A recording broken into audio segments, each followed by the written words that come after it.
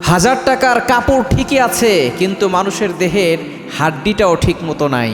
আমরা একটা ভিডিও দেখেছি, আপনারা যারা সোশ্যাল মিডিয়া ইউজ করেন তারা অনেকেই দেখেছেন যে একটা কবর খনন করার সময় কিছু কাপড় পাওয়া গিয়েছে, একটা দাফন সেখানে করা হয়েছিল। সে কাপড়টা যখন উঠিয়েছে তখন সেখানে দেখা যাচ্ছে যে কোনো গোশত তো দূরের কথা, হাড্ডিগুলোও নাই হয়ে গিয়েছে। আর মানুষ কতটা অহংকার করে, মানুষের উপর কত জুলুম করে, কত অহংকার করে।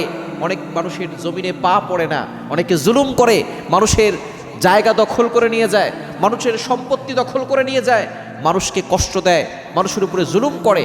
আপনি যাই হন না কেন, যত কোটিপতি হন না কেন, একদিন আপনাকে সেই কবরে চলে যেতে হবে। We have to go back to our Lord.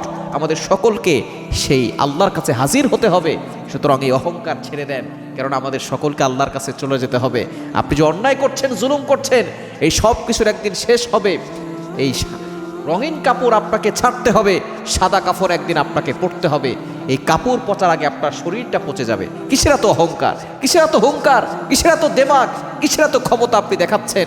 এজন্য আসুন আল্লাহর ভয়ে সব কিছু ছেড়ে দেই। আপনি মরে যাওয়ার পরে লক্ষ লক্ষ টাকা দিয়ে গোসলখানা তৈরি করেছেন, বিদায়ের শেষ গোসলটা সেই গোসলখানায় হবে না।